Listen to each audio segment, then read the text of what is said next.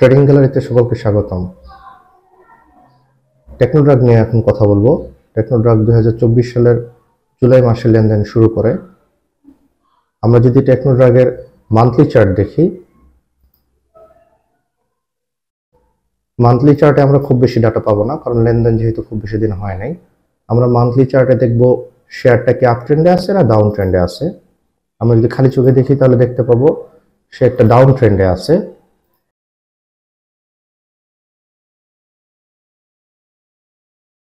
যদি major support এবং resistant দিকে তাকাই তাহলে টেকনোড্রাগের তেমন কোনো মেজর রেজিস্ট্যান্ট আমরা এখানে দেখতে পাচ্ছি না, কিন্তু আমরা যদি সাপোর্ট লাইন দেখি তাহলে আমরা টেকনোড্রাগসের একটা সাপোর্ট লাইন পাবো 34 টাকা লেভেলের আশেপাশে।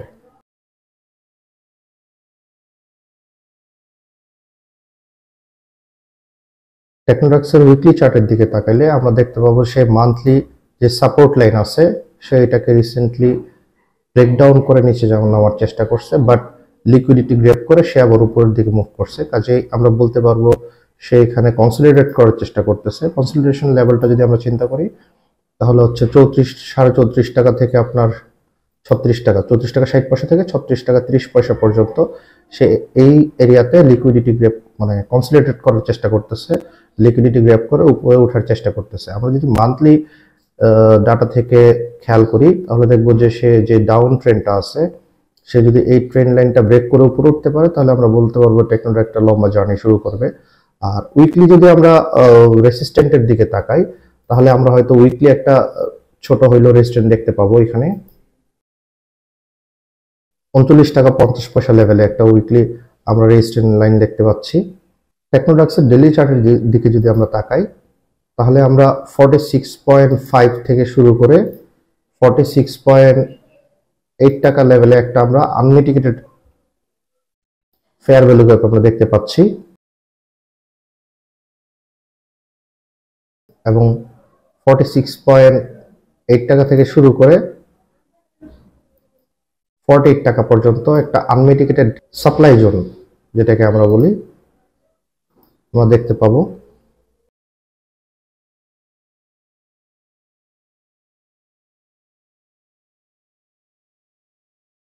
সেই সাথে আমরা যদি ডেইলি ট্রেন্ড লাইন খেয়াল করি তাহলে আমরা দেখতে পাবো একটা ডাউন ট্রেন্ডে আছে এবং সে একটা ট্রায়াঙ্গুলার প্যাটার্ন ফর্ম করার চেষ্টা করতেছে।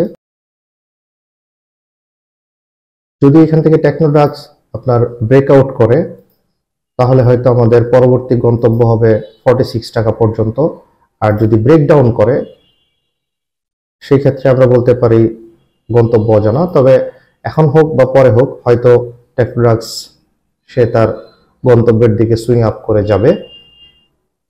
আমরা যদি টেকনোড্রাগসের ফান্ডামেন্টালসের দিকে তাকাই, টেকনোড্রাগস ফার্মাসিউটিক্যালস অ্যান্ড কেমিক্যাল সেক্টর একটা শেয়ার, এন ক্যাটাগরির শেয়ার, যেহেতু সে 2024 সালে লিস্টেড হয়েছে কাজেই সে এন ক্যাটাগরি থাকবে।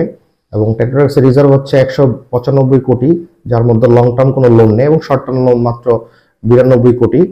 তার মানে ধরতে পারি আমরা 100 কোটি টাকার উপরে তার রিজার্ভ আছে 13 কোটি 20 লক্ষ শেয়ার এগেইনস্টে। এই 13 কোটি 20 লক্ষ শেয়ারের মধ্যে 62.71% হচ্ছে ডিরেক্টর হোল্ডিং, পাবলিক হোল্ডিং হচ্ছে মাত্র 4 কোটি 17 লক্ষ 31.61%।